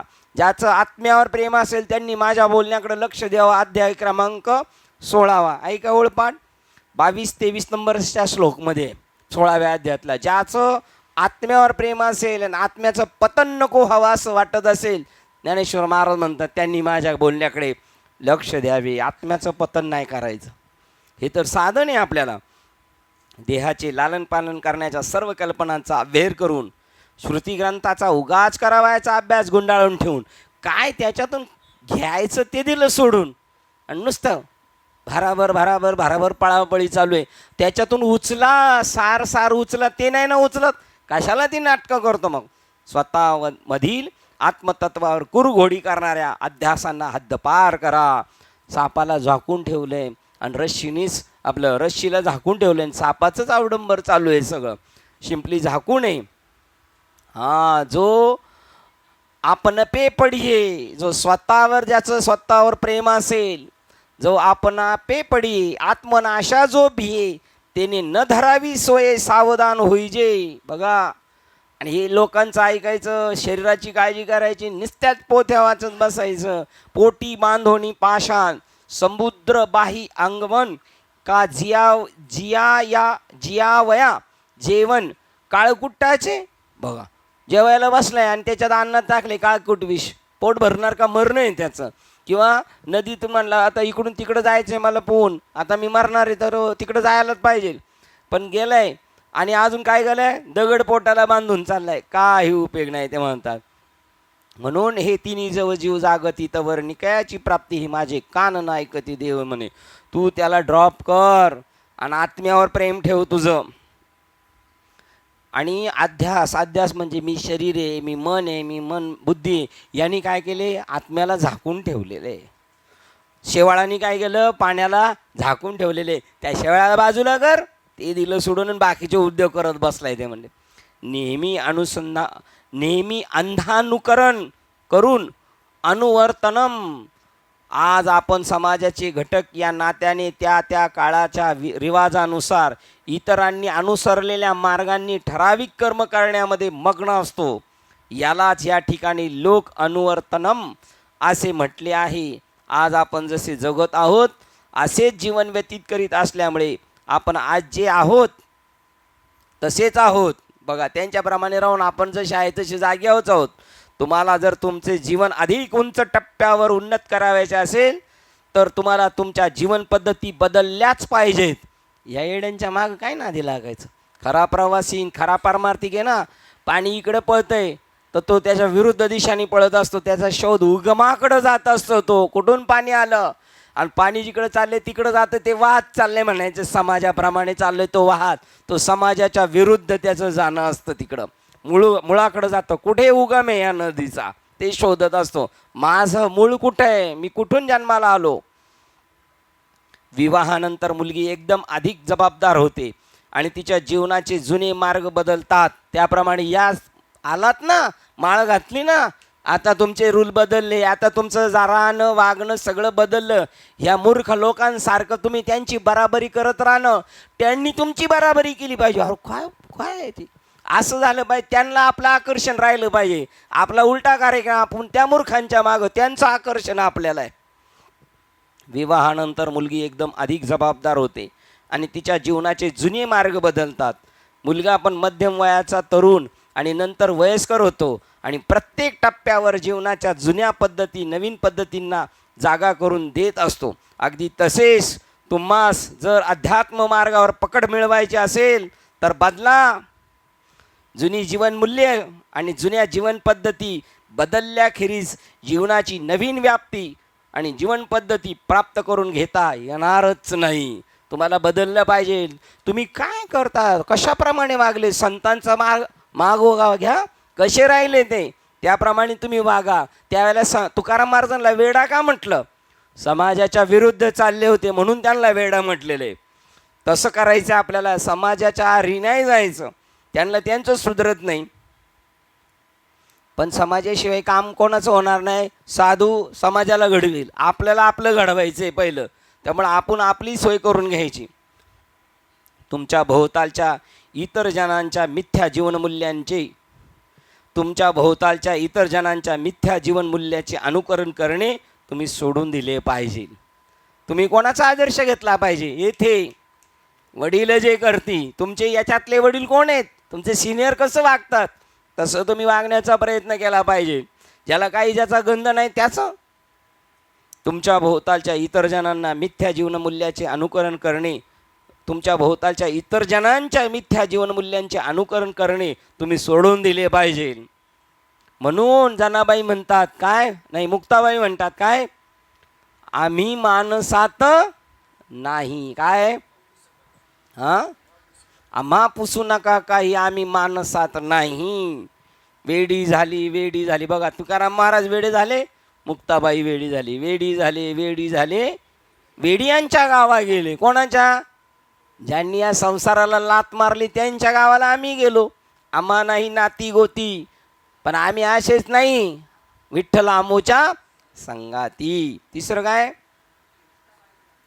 चौथी मुक्ताबाई झाली वेडी, तर प्रपंचाचा पदर फाडी. आपला पदर फाडू नाही द्यायचा. फाटायला लागला तर इकडून आणि इकडून टाच मारित राहायचं, सारखे शिवून घ्यायचं. याचा अर्थ त्या त्या कालाच्या रीतिरिवाजानुसार आणि विषय वस्तूच्या अतिरेकामध्ये जे कृतार्थता शोधतात. बघा, ह्या रिवाजांमध्ये, ह्या रीतींमध्ये तुम्हाला कृतार्थता आहे. विषय वस्तूच्या अतिरेकामध्ये कृतार्थता शोधतात. अशा विषयी पामरांनी घालून दिलेल्या जीवनाच्या साचेबंद आराखड्याचे अंधानुकरण करून जीवन फुकट घालवलं. व्यतीत करण्याचे थांबवा. बघा काय सांगितलं, विषयी पामरांनी, त्यांना काहीच माहीत नाही आणि त्यांच्या मागं आपण पळत राहायचं. त्यांनी एक चाकोरी बनवून दिलेली, एवढं असंच जगायचं बस. काय त्यांची सगळ्यांची जीवन पद्धती, बस लग्न झालं पोरं चांगली शिकवायची, पोरं शिकली त्यांना चांगल्या कामाला लावायचं, चांगल्या कामाला लागलं लग्न करून द्यायचं, त्याला नातू पंतू झाले का हा चालला झालं, याचं कृतार्थता झाली. आता हा म्हणतो मला मरायला मी मोकळा झालो. अरे बाईला रेड्या, असं जीवन व्यर्थ घालवलं तू. जे करायला पाहिजे होतं त्याच्यावर पाणी सोडून दिलेले. ते जीवन म्हणजे मनुष्य जीवनाची सार्थकता नाही, उलट मनुष्य जीवनाची त्यांनी काय केलं, अवहेलना केली आणि त्याचं नुकसान करून घेतलं. समाजातील इतर जणांच्या अप्रबुद्ध जीवन चाकोऱ्यातून जीवन व्यतीत करणे म्हणजे विषयी जीवनाचा धोपट मार्ग होय. त्यांच्याप्रमाणे चाललं म्हणजे बरोबर. आपण बी तीच आजामेला पंजामेला बाप मसना गेला, ते तस्करोत करी गेले, आता आपण तेच करायचं. आपण मार्ग बदलायचा नाही. आध्यात्मिक कारणाकरता अधिक सुबुद्धपणे नियोजित केलेला जीवन मार्ग अनुसरावयास पाहिजे. तुम्हाला जर कळकळीची अध्यात्म साधना अंगीकारावायची असेल तर तुमच्या जीवन प्रवाहास नवीन वळण दिले पाहिजे. त्याकरता प्रथम काही सोडायचे असेल तर त्या कालच्या ठराविक चाकोऱ्यांचे अंधानुकरण, लोक अनुवर्तनम. लोक वागतात तसं नाही वागायचं आपल्याला, त्यांच्यापेक्षा वेगळं. आता दुसरं सांगतात देहानुवर्तनम, देहाच्या बद्दल चर्चा, देहाबद्दलच प्रेम, बस तेवढ्याच पद्धतीने. देहानुवर्तनम म्हणजे हाडामासाच्या देहाच्या अंतरप्रेरणांचे चुपचाप अनुकरण करून जीवन जगणे. यातून सांगितलं मला हे पाहिजे, मला ते पाहिजे, तेवढ्याच गरजा पुरवत राहायचं. कशाच्या? हाडामासाच्या घराच्या. आत्ता पोहत आपण देहाचे दास बनलेला असतो. 84 लक्ष योनीमध्ये तेच केलेलं आहे आणि आत्तापर्यंत पण तेच केलं. पण आता तरी पुढे त्याला भरविणे, त्याची देखभाल करणे, तो पुष्ट करणे, आजारी पडल्यावर औषधोपचार करणे आणि प्रकृती निकोप असताना विषयी जीवनात शक्तीचा नसता अपव्यय करणे, असे आम्ही सदैव त्याची सेवा करीत जगत असतो. देहसुद्धा टाकून हे सुद्धा टाकून दिले पाहिजे. मासल देहात देह म्हणून जगणे सोडून द्या. याच्या लालनपानाचं नाही बघायचं, याच्या खाण्यापिण्याचं नाही बघायचं, आपलं आत्महित करत राहायचं. मग तुम्हाला उपाशी मरून देणार का? अरे तुम्ही जेवढं करणार आहे त्याच्यापेक्षा चांगल्या स्टेपमध्ये तो ठेवणार आहे. आईच्या पोटात असताना आपल्याला वाटलं होतं का बाहेर आलो काही बंदोबस्त आहे आपला, काही घर नाही, काही नाही, काही बंदोबस्त आहे नाही. पण ते म्हणतात बाळा दुधा कोण करी ते उत्पत्ती, सवेची श्रीपती वाढवी दोन, कारेना ठविसी कृपाळू देवासी, पोसितो जनासी एकला तो. मासल देहात देह म्हणून जगणे सोडून द्या.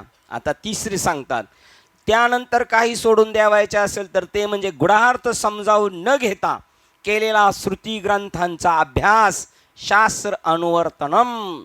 आध्यात्मिक ध्येय आणि धर्माचरण यावरील ग्रंथाखेरीज इतर ग्रंथाचा अभ्यास सोडून देणे, असा काही टीकाकार्याचा अर्थ लावतात.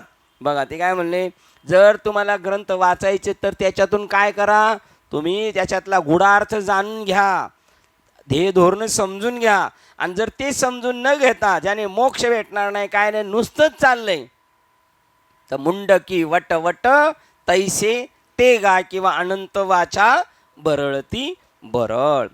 मग हे तिन्ही सोडून दिल्यावर एखाद्याने करावायचे काय? तुमच्या स्वतःमधील स्व मी म्हणजे देह, मन आणि बुद्धी होय हा अध्यास, त्याचा शेवट करा व त्यापासून मुक्त व्हा. हे तिन्ही सोडून दिल्यावर काय करायचे?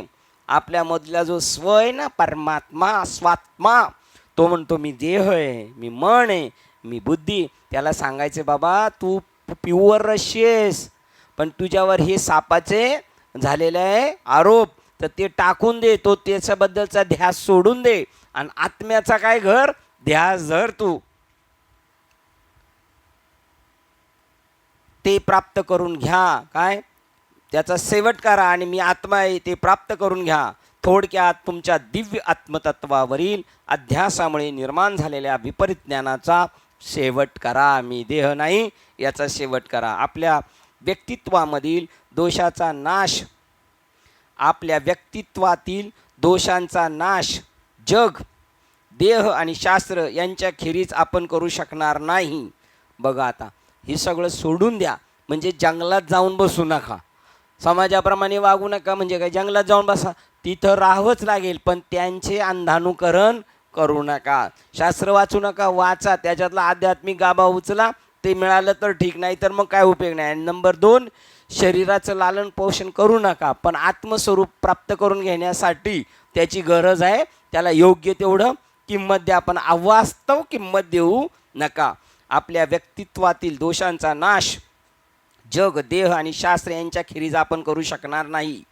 हा श्लोक संपूर्ण वाचला तर याचा अर्थ होतो की जगाचा उपयोग करून घ्या, मिळालेल्या संधीचा फायदा उचला, निकोप शरीराचे व्हा, शास्त्राचे अंधानुकरण करण्याऐवजी त्याच्या सुबद्धपणे ज्ञानपूर्वक उपयोग करून घ्या.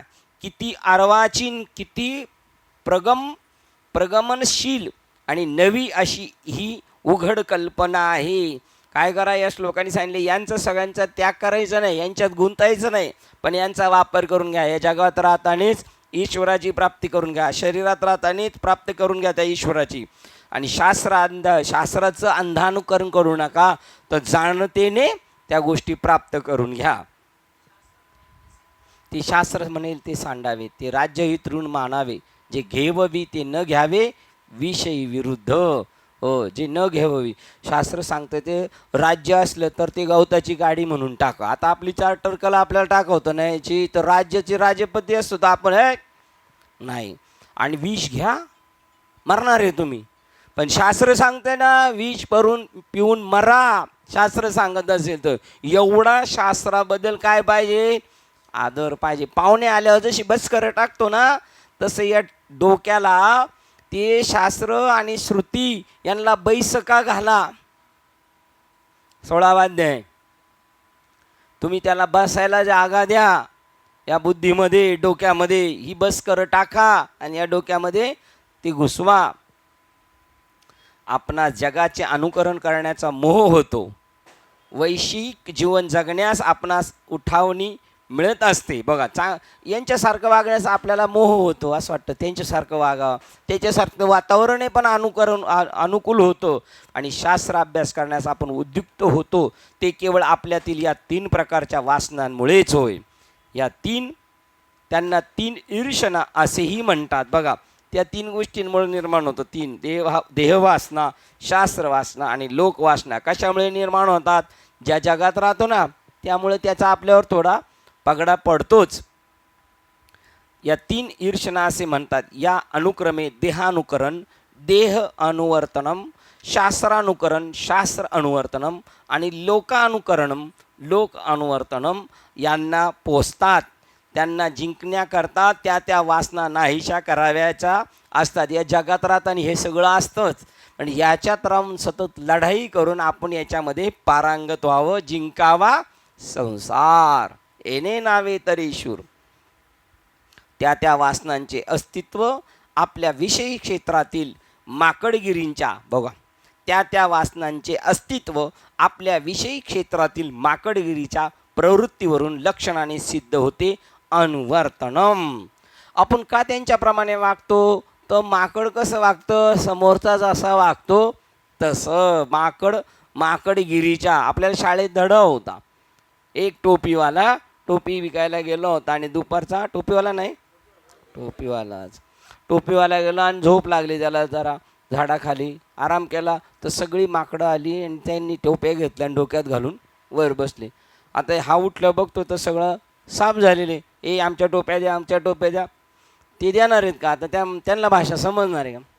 मग विचार केला यांनी, काही त्यांना फेकून मारलं का ते वरून फेकून मारायचे. ते म्हणले ही माकडं काय करतात, आपण जसं करतो तशी वर्तणूक करतात. मग त्यांनी काय केलं, स्वतःची टोपी काढली आणि खाली फेकून दिली. तशी माकडांनी सगळी टोपी फेकून दिल्या खाली आणि घेऊन गेलं. त्या पद्धतीने आपलं वावर नाही. त्या वासनांचे अस्तित्व आपापल्या विषयी क्षेत्रातील माकडगिरीच्या प्रवृत्तीवरून लक्षणाने सिद्ध होते. अनुवर्तनम. जेव्हा या तिन्ही वासना दूर केल्या जातात तेव्हा इतर पुष्कळ वासनांचा आपोआप नाश होतो. ह्यात गेल्या का यांच्याबरोबर बाकीचं पण गबाळ गेलं. कारण त्या इतर वासना त्या तिन्हींच्या अनुषंगिक वासना असतात, ज्या योगी रोगजंतूंचा अंततः नाश होतो. अशा तऱ्हेच्या रोगलक्षणावरूनच केलेल्या औषधोपचार योजना या श्लोकात सूचित केल्या आहेत. श्लोक क्रमांक 271. जीवाला लोकवासनेमुळे, शास्त्रवासनेमुळे आणि देहवासनेमुळे यथार्थ ज्ञान कधीही होत नसते. बघा किती जणांचा अनुभव, यांनी किती कॉन्फिडन्सली सांगितले. बघा, जीवाला लोकवासनेमुळे, शास्त्रवासनेमुळे सुद्धा व देहवासनेमुळे यथार्थ ज्ञान कधीही होत नसते. कारण काय होतं, शास्त्र वासनेचं सुद्धा काय राहतो, त्याला अभिमान राहतो, आपल्याला येतं, त्यामुळं खरं ज्ञान नाही होत, विपरीत ज्ञान होतं, पण यथार्थ ज्ञान होत. ज्यास जन्म असतो, जीवजंतू आपल्या दैनंदिन जीवना अनुभवामध्ये पुष्कळ वेळ आपण वस्तुमात्राकडे योग्य त्या दृष्टीने पाहत नाही. जे जगाकडे पाहतो ना त्याला तसं सुद्धा निहाळीत नाही. वस्तुस्थिती जशी आहे तशी आपल्या भोवतालच्या वस्तुमात्रांसंबंधी आणि प्राणीमात्रांसंबंधी ज्या काही पूर्वग्रहित कल्पना आपण बाळगतो त्यामुळे साधारणपणे तसे वाटते. ग्रंथ जर समजून घ्यायचा असेल ना, त्या ग्रंथावर निस्सीम प्रेम पाहिजे आपलं, आणि त्याच्याबद्दल इतका आदरभाव पाहिजे, ते मला चांगलंच सांगणार आहे, ते मला सांगणार, त्याच्यातून माझं सोनं होणार, त्यावेळेला हा ग्रंथ प्रसवतो. अन्यथा आपलं मनामध्ये जर दुसरेच काही विचार आहेत, समजा विषयी विचार आहेत, आपल्या मनामध्ये विषयी विचार आहेत, आणि याच्यात तर तसंच भेटेल आपल्याला, आपल्या डोक्याचे आहे ना त्याला जुळेल असं. मग बघा विषयाबद्दल सुद्धा हे काय म्हणतात, बघा हे काय म्हणतात, म्हणजे आपल्याला सुटण्याचा आपण वापर करू शकतो. आपल्या कल्पनेवर हे समजून घ्यायचं आपण कोणत्या भावनेने गेलोय. म्हणून तिथे सांगितले, तनू मनू जीवे चरणाशी लागावे अगर्वता, तुझ्या मनातल्या सगळ्या कल्पना ब्लँक करून टाक, नीचपण होऊन तिथं जायचंय. आपल्या भोवतालच्या वस्तुमात्रांसंबंधी आणि प्राणीमात्रांसंबंधी ज्या काही पूर्वग्रहित कल्पना आपण बाळगतो त्यामुळे साधारणपणे तसे वाटते. मानवाचा भोवतालच्या जगाबद्दलचा दृष्टिकोन त्याच्या वैयक्तिक क्षणिक पूर्वग्रहाने हरवला जावा ही दुःखदायक घटना होय. मानवाचा भोवतालच्या जगाबद्दलचा दृष्टिकोन त्याच्या वैयक्तिक क्षणिक पूर्वग्रहाने हरवला जावा ही दुःखदायक घटना होय. कधी कधी एखादी चांगली व्यक्ती बी असते, पण तिच्याबद्दल आपल्या मनात काय असतं, दुराग्रह असतो. त्यामुळे आपण त्या चांगल्या माणसाचा वापर न करता उलट त्याच्याबद्दल काय विचार करतो, वाईट विचार करतो, आणि हीच आपल्या जीवनातली दुर्घटना होय. ते म्हणतात ही दुःखदायक घटना होय. वस्तुज्ञान करून देणारी उपकरण जी बुद्धी, ती नेहमी जगातील वस्तुमात्राचे आकलन स्वतःमधील चालू अंतिम प्रेरक मनोवृत्ती अशा वासनांच्या संदर्भातच करण्याचा प्रयत्न करते. बघा, वस्तू ज्ञान करून देणारी उपकरण जी बुद्धी आपली, ती नेहमी जगातील वस्तुमात्राचे आकलन स्वतःमधील वासनांच्या संदर्भातच करण्याचा प्रयत्न करते. ही गोष्ट अशी आहे, आणि हिच्या डोक्यात या वस्तूपिशी जो प्लॅनिंग आहे ती म्हणते, मग त्यामुळेच तो माझ्याशी असं का, ती गोष्ट माझ्यासाठी पूरकच आहे, ती गोष्ट माझ्यासाठी पूरक आहे, अशी बुद्धी काय करते, अजून उलटं घेऊन जाते आपल्याला. जर का एकदा तुम्ही मला नावडू लागला की मी तुम्हास कितीही चांगले काम करताना जरी पाहिले तरी मी तुमच्या सर्व कर्मांना नीच, बघा दुष्टच असा शिक्का मारणार. एकदा माझ्या डोक्यात तुमच्याविषयी काही कल्पना घुसली, तुम्ही कितीही चांगलं काम केलं तर मी म्हणणार याच्या पाठीमागे याची काही तरी शाळा आहे. तुम्ही माझे शत्रू असाल तर तुम्ही काहीही करीत असताना मी पाहिले तरी शत्रू भावनाच माझ्या मनात असणार. जरी तुमचे कार्य अत्यंत स्वार्थरहित आणि उच्च प्रकारच्या समर्पण भावाने केलेले असले तरी मी त्याचा अन्वयार्थ माझ्या वासनांच्या संदर्भातच लावणार. याला बघा बिलगड्या बघा म्हणतात, ज्या वक्त्याविषयी तुम्हाला प्रेम असेल त्याचंच ऐकायला जायचं. त्याच्याबद्दल दुराग्रह असला तर त्याने अमृत दिलं तरी परिणाम विषाचे होतील, आणि तुमचं ज्याच्यावर प्रेम आहे त्याने फसवून तुम्हाला विष दिलं तरी परिणाम त्याचे अमृतासारखे होईल. अशा तऱ्हेने तुमचे मन जेव्हा त्यातील आशय ग्रहण करण्याच्या तयारीत नसताना तुम्ही शास्त्राभ्यास केलात.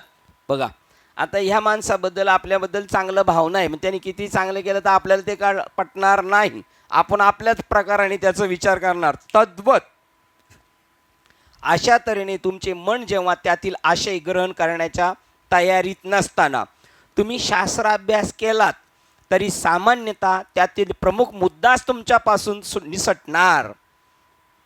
तुमचा हेतू नाही ना, स्वच्छ हेतू नाही. तुमचा हेतू स्वच्छ कधी? मला आत्मा भेटला पाहिजे, माझं हित झालं पाहिजे, माझं आत्मिक हित झालं पाहिजे, व्यावहारिक सुद्धा नाही. आता या शास्त्राभ्यासात काही लोकांनी डोक्यात घेतलेले व्यावहारिक हित झालं पाहिजे, ते तसंच करणार, त्यांना ते सुचणार, त्याच्यातलं वेगळं काही त्यांच्या डोक्यात घुसणारच नाही. अशा तऱ्हेने तुमचे मन जेव्हा त्यातील आशय ग्रहण करण्याच्या तयारीत नसताना तुम्ही शास्त्राभ्यास केला तरी सामान्यतः त्यातील प्रमुख मुद्दाच तुमच्यापासून निसटणार. शास्त्र सिद्धांत तुमच्या आकलनाच्या दृष्टीने इतके विकृत होतील की तुमच्या चालू वासनांनाच त्यामुळे सहज खाद्य मिळेल. बघा त्या गोष्टी जशा समजावयास हव्या तशा समजून घेण्यास त्या कर्म उर्मी वासना तुम्हास उपयोगी पडणार नाहीत. प्रदूषित मनामुळे जशा आहेत त्या तशा समजणे हे दुरापास्त होते. जसं आहे तसं का समजत नाही? ते समजून घ्यायला आपण तशा प्रकारचे नाहीत. आपल्या डोक्यात काहीतरी दुसराच ग्रह आहे, त्यामुळे याला काय सांगायचं हे आपल्याला कळत नाही. आपल्या अंतःकरणातील संपूर्ण कर्म प्रेरणाचे 3 प्रकारचा वर्गीकरण करता येते. आपल्या अंतःकरणातील संपूर्ण कर्म प्रेरणांचे 3 प्रकारात वर्गीकरण करता येते.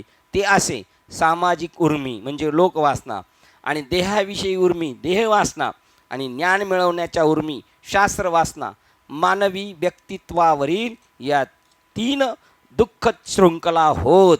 बघा या शृंखला आपणास कशाबद्ध करतात ते पुढील श्लोकात स्पष्ट केले आहे.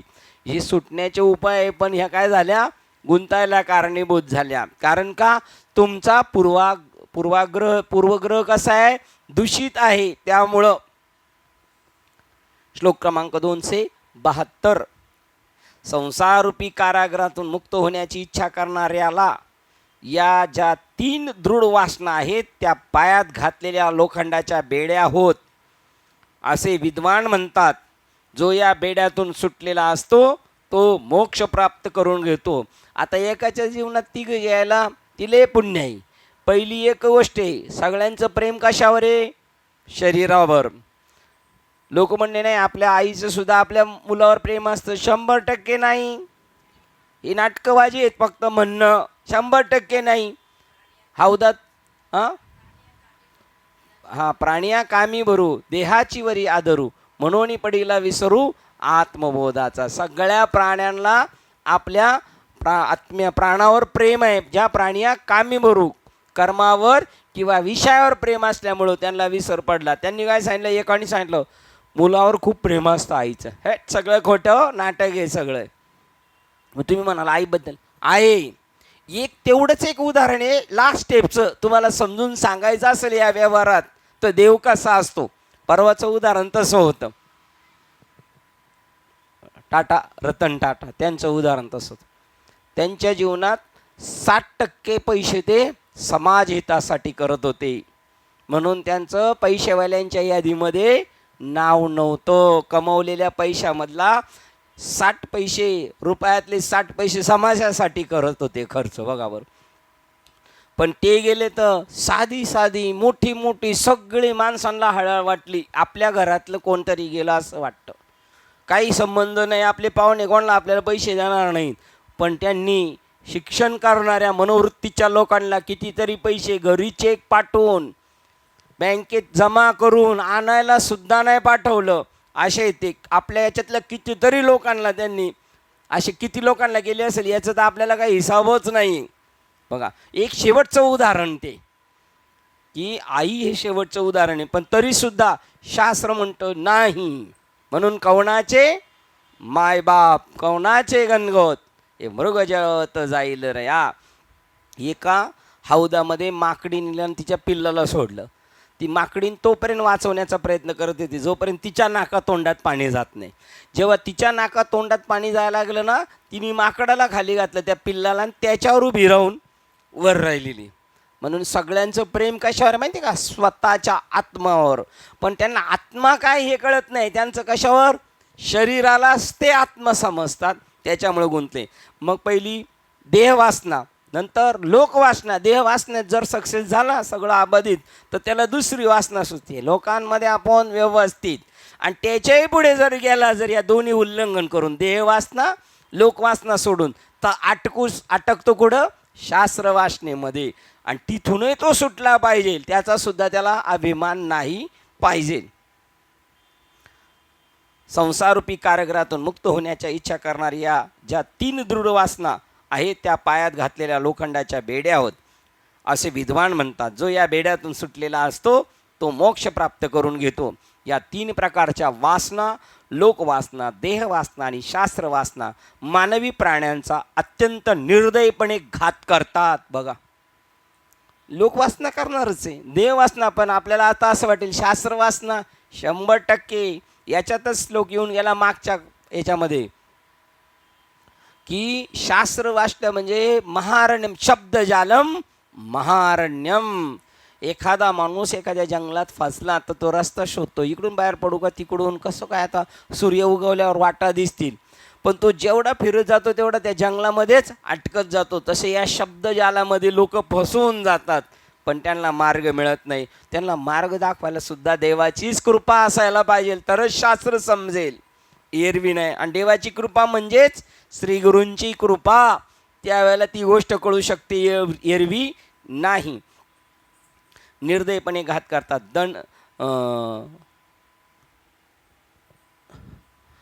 दणकट लोखंडी बेड्या जशा कैद्याला बद्ध करतात, त्याप्रमाणे या शृंखला त्याला संसार चक्रात बांधून टाकतात.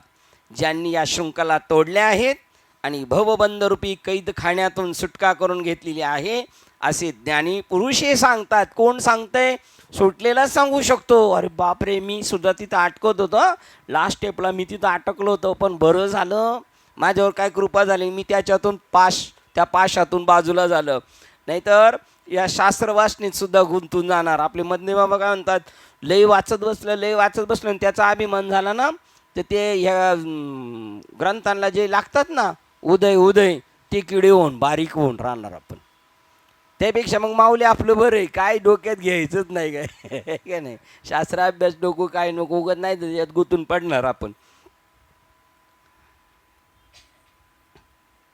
सुटका करून घेतली असे ज्ञानी पुरुष सांगतात. त्यांनी सांगितले सगळे धोक्याची लक्षणं.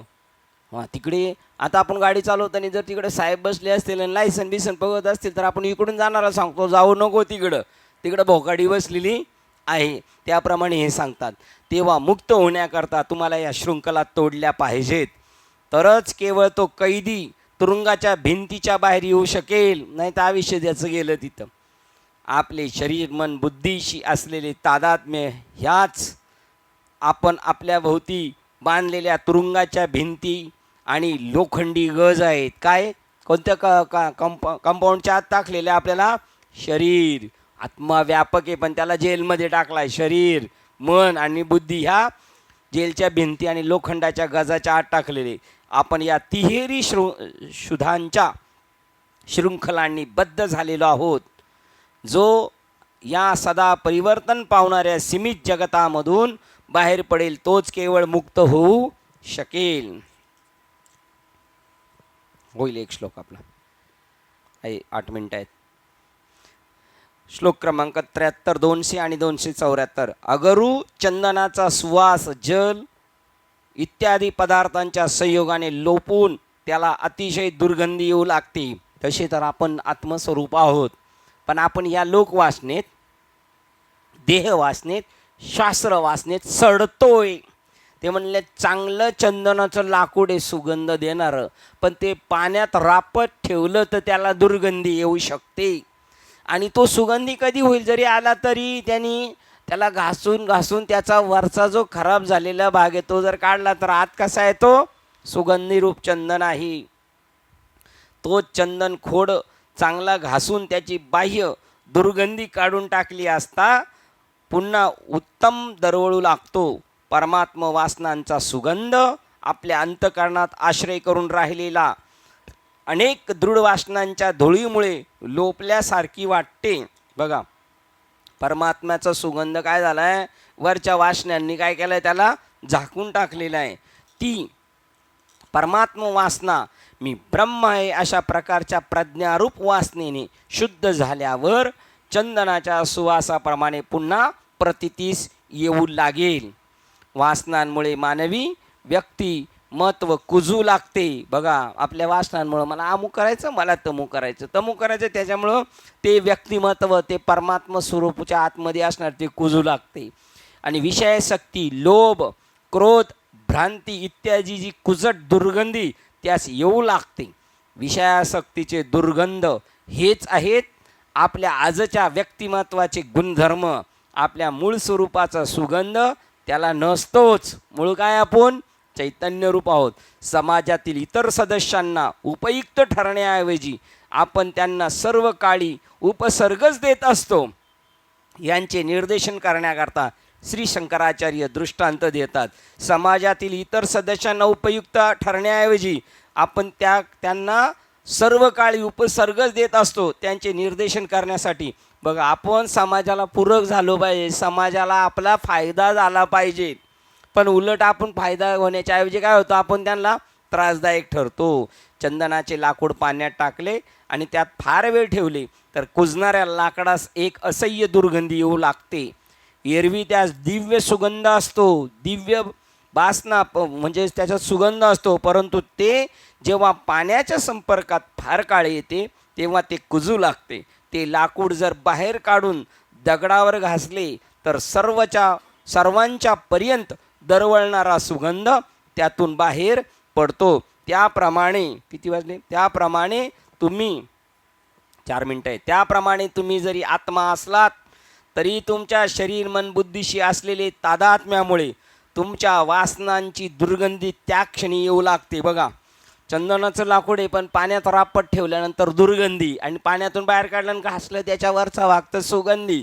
त्याप्रमाणे तुम्ही जरी आत्मा असलात तरी तुमच्या शरीर मन बुद्धीशी असलेल्या तादात्म्यामुळे तुमच्या वासनांची दुर्गंधी त्या क्षणी येऊ लागते. तीव्र लालसा, क्रोध, हाव इत्यादी सर्व काही आपल्या कुजट वासनांची त्यात भर टाकतात. अंतकरणात दया, प्रेम, करुणा यांना वाव नसतो. व्यक्तित्वास त्याचे मूळ स्वरूप प्राप्त करून घेण्यास जरा घासण्याची गरज असते. ध्यान साधनेच्या द्वारा मी ब्रह्म आहे रोज चिंतन करायचं, अर्धा तास तरी चिंतन करायचं. इथं कोळशाच्या खाणीत राहिलं काळं लागतंच आहे. जरी म्हटलो ना आपण मला कळालंय, तरी आपल्याला काय कळालं हे कळतं. मी ब्रह्म आहे या अधिकतर ज्ञानाशी ते घासावे लागते. त्यावर मळ आणि घाण निघून जाईल, त्यावरील मळ आणि घाण निघून जाईल आणि त्याचे सत्य स्वरूप त्यानंतर उघड होईल. आपण कोण आहोत ते घासण्यामुळे काही आपण चंदना सुवास वाढ चढवीत नाही, ते ऑलरेडी आतमध्ये यायचे, फक्त नको असलेला भाग काढतो. घासण्यामुळे आपण काही चंदना सुवास चढवीत नाही, त्याचा सुगंध त्यात असतोच, तो उपलब्ध झालेला नसतो इतकेच. त्याप्रमाणे तुम्हाला दुसऱ्या कोठून तरी दिव्यत्व यावयाचे नसते, तेच तू आहेस असा उपनिषदे उद्घोष करतात. तुझ्यामध्येच ते आहे, तू त्याच्यापासून वेगळा नाही. मूळ आंतरिक दिव्य सुगंधावर आजच्या घाणेरड्या वासनांचा मळ साठलेला असतो. ह्या घाणेरड्या वासना म्हणजे लोकवासना, देहवासना आणि शास्त्रवासना होत. या परिणामस्वरूप प्रवृत्तीमुळेच आपल्यातील दिव्यत्वास अभिव्यक्त होण्यास अवसर नसतो. म्हणून आपल्या व्यक्तिमत्वावरील दुर्गंध बाहेर पडतो. अशा परिस्थितीत व्यक्तित्वास जरा घासण्याची, योग्य ज्ञानाने जरा तासण्याची थोडी गरज असते. ध्यान साधनेने जेव्हा यथार्थ ज्ञान मनात ओतले जाते तेव्हा त्यातील घाणेरड्या नाठाळ वासना दूर होतात. त्यानंतर चंदनाचे लाकूड घासल्यावर ज्याप्रमाणे त्याचा पुलंकित करणारा सुगंध दरवळतो, त्याप्रमाणे आत्मतत्वाचे सत्य स्वरूप अभिव्यक्त होते. बघा, आपल्याला याच्यातून जर निघायचं असेल तर केवळ नामावर आरूढ राहणे. त्या तत्वमसी महावाक्य मी ब्रह्म आहे, मी ब्रह्म आहे, मी ब्रह्म आहे असं दिवस रात्र घोकमपट्टी करत राहायची, तर आलेला वरचा घाणेरडपणा निघून जाऊ शकतो. ऑलरेडी आपण आतमध्ये तसेच आहोत अशा भूमिकेत राहू. 8:29 झाले, आपण योग्य वेळेत आहोत. झालेली सेवा श्लोक क्रमांक 274 क्रमांकाच्या श्लोकला थांबतोय. झालेली सेवा हृदयस्थ सद्गुरू सच्चिदानंद श्रीपाद बाबा रामदास बाबा अधिष्ठान विवेक चुडामणी ग्रंथ संत मालिका तसेच तुम्हा संत वृंदांच्या चरणावर सेवा समर्पित करून सेवेला इथे पूर्ण विराम देऊया. पुंडलिक वरदे हरी विठ्ठल श्री ज्ञानदेव तुकाराम पंढरीनाथ भगवान की जय. माऊली ज्ञानेश्वर महाराज की जय. जगद्गुरु संत तुकाराम महाराज की जय. शांति ब्रह्म एकनाथ महाराज की जय. सच्चिदानंद श्रीपाद बाबां की जय. सच्चिदानंद रामदास बाबां की जय. अवधूत चिंतनम श्री गुरुदेव दत्त गोपाल कृष्ण भगवान की जय. बोलो रे भाई सब संतन की जय. गणपती बाप्पा मोरया. आता विश्वात्मके देवे येणे भाग्यज्ञ तोषावे, तोषोणी मज द्यावे पसायदा नाही. जे खरांची व्यंकटी सांडो, दया सत्कर्मी रती वाढो. तुता परस्परे जडो, मैत्र देवांचे दुरितांचे तिमिर जाओ. विश्व स्वधर्म सूर्य पाहो, जो जे वांछिल तो ते लाभो. प्राणी जात वर्षत सकळ मंगळी, ईश्वर निष्ठांची मांदियाळी. अनवर्तक मंडळी भेटतो त्या भूता, सदा कल्पतरूचे हारव. चेतना चिंतामणीचे गाव, बोलते जे अर्णव. पियुषांचे चंद्रमेचे आलांचन, मार्तंड जे तापहीन. ते सर्वाही सदा सज्जन, स्वैरे होतो किंबहुना सर्व सुखी. पूर्ण होणे तिन्ही लोकी, भजे जो आदि पुरुषी अखंडित. आणि ग्रंथोपजीवी विशेष लोकी. दृष्टादृष्ट विजय भवावेजी, एत म्हणे श्री विश्वेश्वरा हो. हा होईल तारण बसाहो, येणे वरे ज्ञान देहो सुख्या झाला. येणे वरे ज्ञान देहो सुख्या झाला. येणे वरे ज्ञान देहो सुख्या झाला. हरि ओम. शांती शांती शांती.